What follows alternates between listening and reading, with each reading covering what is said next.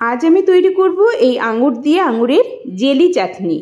তার জন্য আঙুরগুলোকে আমি প্রথমে বেকিং সোডা 1 চামচ আর জল দিয়ে আধ ঘন্টা ভিজিয়ে রেখেছিলাম, কারণ এর গায়ে দেখবেন সাদা সাদা এগুলো লেগে থাকে, এগুলো অনেক সময় পেটের সমস্যা করে। তারপরে পরিষ্কার জলে ধুয়ে একটা মিক্সার গ্রাইন্ডারে নিয়ে এই আঙুরগুলোর রস তৈরি করে নিয়েছি। আর লাগবে আমাদের কর্নফ্লাওয়ার। আঙুরের পরিমাণ বুঝে কর্নফ্লাওয়ার নেবেন। আমি বড় চামচের 1 চামচ নিয়েছি কর্নফ্লাওয়ার, 1 থেকে 1.5 চামচ নিলেই হয়ে যায় মোটামুটি। তার সঙ্গে অল্প ঠান্ডা জল মিশিয়ে একটা পেস্ট মতন করে নিয়েছি। এবার এই পেস্টের সঙ্গে ওই যে আঙুরের আমরা রস তৈরি করেছিলাম, সেই আঙুরের রসটা আমরা ছেঁকে এই পেস্টের সঙ্গে একসঙ্গে রেখে দেব। এবং এর সঙ্গে দিয়েছি একটু ভাজা জিরের গুঁড়ো, তার সঙ্গে অল্প শুকনো লঙ্কার গুঁড়োও ছিল। এবার একটা পাত্রে, ননস্টিকের পাত্রে অবশ্যই, চিনি, গুড় যে যেটা পছন্দ করেন, মিছরি যে যেটা পছন্দ করেন সেটা অল্প জল দিয়ে ফুটিয়ে নিতে হবে। যখন গলে যাবে পুরো, তখন এই মিশ্রণটা একদম আঁচ কমিয়ে এই পাত্রে ঢেলে পুরো ক্রমাগত নাড়তে হবে। নাড়া কিন্তু বন্ধ করা যাবে না, কারণ নাড়া বন্ধ করলে এই সময় এই কর্নফ্লাওয়ারগুলো দলা পাকিয়ে যেতে পারে।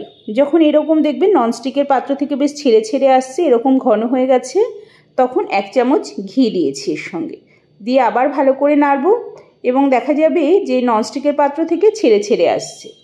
আমি দিয়েছিলাম অল্প একটু ফুড কালার, এটা অপশনাল, আপনারা ইচ্ছে হলে দিতে পারেন যাতে একটু সবুজ রং হয়। এটা একদম অর্গানিক ফুড কালার, এটা না দিলেও কোনো অসুবিধা নেই। এবার দেখুন এরকম জেলি তৈরি হয়ে গেছে। এটা যখন আর একটু ঠান্ডা হবে তখন কিন্তু আরও বেশি জেলি হবে। এবার একটা এরকম স্টিলের পাত্রে, আপনারা ননস্টিকের পাত্রেও নিতে পারেন, আমি একটু পেস্তা, একটু ঘি দিয়ে ভালো করে ব্রাশ করে নিয়ে পেস্তা গুঁড়ো আর কয়েকটা কুমড়োর বীজ এগুলো ছড়িয়ে তার উপরে এই মিশ্রণটা ঢেলে দিয়েছিলাম। ঢেলে এবার ঠান্ডা করতে রাখবো। এই দেখুন ঠান্ডা করতে রেখেছি, অনেকটাই ঠান্ডা হয়ে গেছে।